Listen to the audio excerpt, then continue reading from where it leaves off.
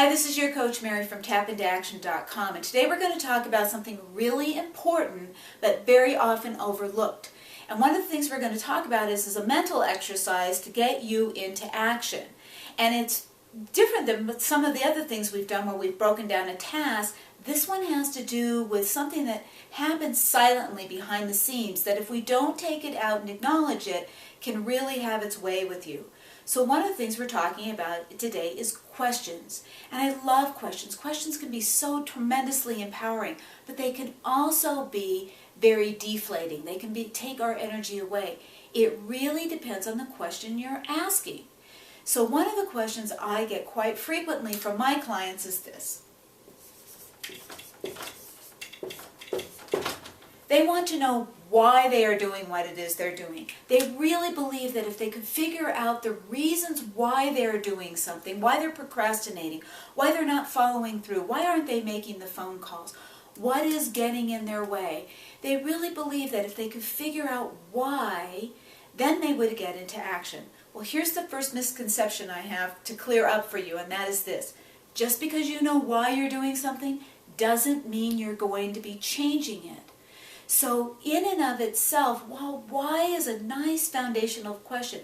And don't get me wrong, I'm not saying that we have no use for the question why or why am I doing things. I'm just pointing out that just because we're asking those questions doesn't mean that that itself will get us into action once we've found the answer. The other thing about this question is we call why an endless loop question. In other words, it's very rare that there is one reason why we're not doing something. Chances are there are a multitude of reasons why we're not doing them. And that's the other thing that gets us stuck, is that because if it could be this reason, or this reason, I don't know where to begin. So again, I just keep looking for more and more answers. So I keep asking why again and again. It's great for action paralysis. It's one of those questions that is valuable in small doses at the right time, and it's got to have the best quality to it. So at the end of this video, I'm going to give you some why questions that are really going to be motivating as opposed to demotivating. But let's start doing some tapping on this, because why is a very sticky question. We want to know why. As a matter of fact, a lot of times we feel we can't move forward if we don't know why. And I think to myself, I do a lot of parenting work as well, and I think, where do we learn this?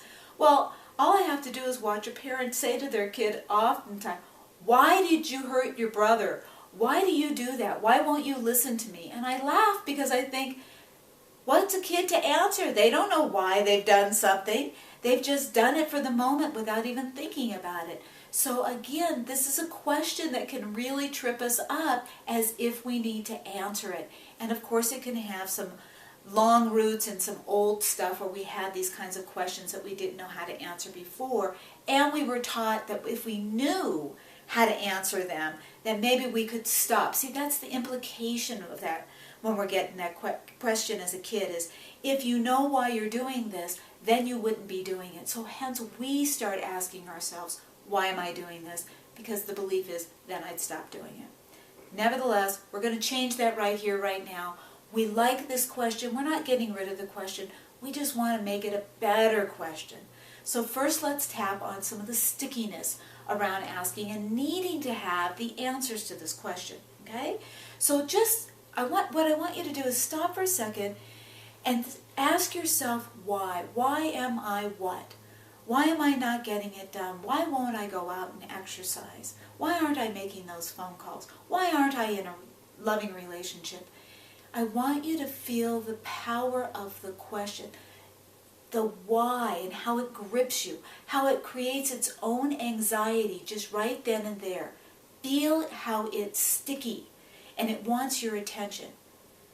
That's what we're going to tap on, because that's the part when we can let that go, when we can expand that, what it does is allow us to ask a different question. It allows us to focus differently. So let's begin by doing some tapping on this. Starting at your karate chop spot. Even though I have to know the reason why, I can feel that pressure inside just asking the question. I choose to accept myself anyhow. even though I need to know why I'm doing what I'm doing. Because I believe that if I can figure out why, then I'll stop or change my behavior. And maybe I can change my behavior without even knowing why. Even though I must know why, I have to. It calls to me. I can't move without knowing why. I'm going to find a way to accept myself and where I am. And I'm going to open myself to the idea that even if I don't know why, I can still take some action. Let's go to the eyebrow. I have to know why. I need to know why. I can't change things unless I know why I'm doing them. Can I? What if I can change them? Even if I don't know why.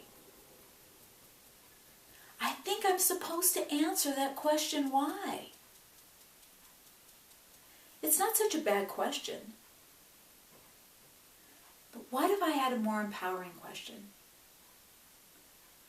I love the question why. Like, why am I so happy?